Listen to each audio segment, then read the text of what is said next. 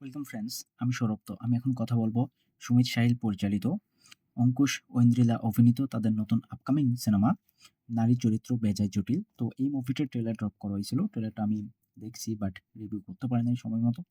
তো এই ট্রেলারটা আসলে কেমন লাগলো বা কেমন ছিল নারী চরিত্র বেজায় জটিলের ট্রেলার।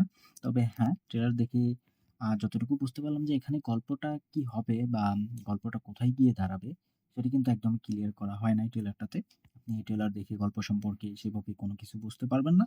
ট্রেলারে অঙ্কুশের যে ক্যারেক্টার খুব সুন্দর ছিল, তার পারফরম্যান্স যথেষ্ট ভালো। আমরা প্রত্যেকেই জানি যে কমেডির দিক থেকে অঙ্কুশ যথেষ্ট ভালো পারফরম্যান্স দিয়ে থাকে প্রত্যেকটা সিনেমাতে। শুরুর থেকে অঙ্কুশ খুব সুন্দর কমেডি করে। তাকে ওইসব কমেডিতে খুব মানায়। সে যেরকমভাবে কমেডি ক্রিয়েট করে বা তার যে পারফরম্যান্স, সেটা বডি মুভমেন্টস কিংবা ফেসিয়াল এক্সপ্রেশন কিংবা ডায়লগ ডেলিভারি, যেভাবেই তিনি কমেডি করুক সেটা কিন্তু দর্শককে মজা দেয়। তো পুরো ট্রেলার জুড়ে অঙ্কুশ জাস্ট ফাটিয়ে দিয়েছিল। এবং গল্প সম্পর্কে যদি আমি একটু ধারণা দিই, তো এখানে অঙ্কুশের যে ক্যারেক্টার, তো সে বেসিক্যালি আসলে এই যে সিনেমাটার নাম নারী চরিত্র বেজায় জটিল। তো কিছু মেয়ের পাল্লায় পড়বে বলতে তাকে আ সেটা তার বউ হোক কিংবা তার বাড়ির মা কিংবা আ দি দিদা যাই হোক, তাকে এমনভাবে জ্বালাবে বা অপমান করবে যেটাকে আমরা বলি, তো সে আসলে সেই বিষয়টা নিতে পারবে না। তো যার কারণে আমরা অনেক সিন দেখছি, টিজারেও দেখছি যে সে ভগবানকে আম অনেক কথা শুনিয়ে দেয়, অনেক কথা বলে। তো এবার বিষয়টা হলো এখানে ভগবান কি করতেছে? তাকে একটা সুপার পাওয়ার দিচ্ছে। আমরা ট্রেলারে অঙ্কুশের একটা ডায়লগ থেকে শুনতে পারি যে অঙ্কুশের ভিতরে এমন একটা পাওয়ার চলে আসছে যে সে মেয়েদের মনের কথাটা শুনতে পারে। তো বিষয়টা, সে প্রত্যেকটা মেয়ের মনের কথা শুনতে পারে। বেসিক্যালি সেটাতে সে কিছু ভালো কাজ করে কিংবা সে এমন কিছু করতে যায় যার কারণে মানুষের ইমোশনটাকে নিয়ে খেলতে শুরু করে বা মানুষের যে ইমোশন আছে সেটা আসলে কোথাও গিয়ে নষ্ট। এটা সত্যি বলতে মানুষের মনের কথা শুনতে পাওয়াটা বিষয়টা সত্যি অনেকটাই মারাত্মক।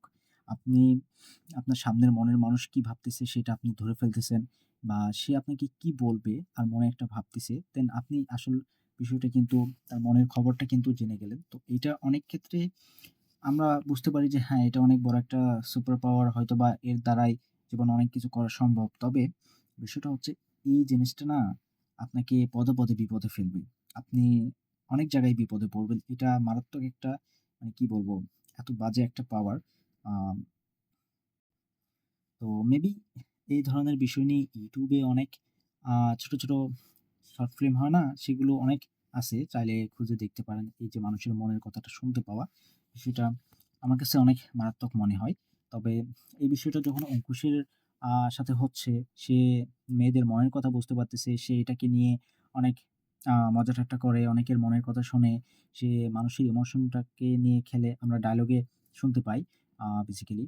তো সেখান থেকে কোথাও গিয়ে মুভিটার শেষ ভাগ একটু ইমোশনাল করা হবে। মানে ক্লাইম্যাক্সে গিয়ে সত্যি বলতে মুভিটা অনেকটাই ডিফারেন্ট রুটে চলে যাবে, যেটা আপনি ট্রেলার দেখে বুঝতে পারতেছেন। তবে এই ট্রেলারটাতে অঙ্কুশের পারফরম্যান্স খুব সুন্দর ছিল। ওয়েন্দ্রিলা যথেষ্ট ভালো একটা পারফরম্যান্স দিয়েছে। বাকি কাস্টিং গুলো খুবই সুন্দর ছিল। আমার যথেষ্ট ভালো লাগছে। আমার যতটুকু মনে হয় যে নারী চরিত্র বেজায় জটিল সিনেমাটা বক্স অফিসে ভালো একটা কালেকশন নিয়ে আসবে এবং যেহেতু ৯ জানুয়ারি মুভিটা রিলিজ করতেছে। তো এই মুভিটা কোথাও গিয়ে দর্শককে এন্টারটেইনমেন্ট করবে। দর্শক মজা পাবে সিনেমাটা দেখে। আমারও খুব ভালো লাগছে।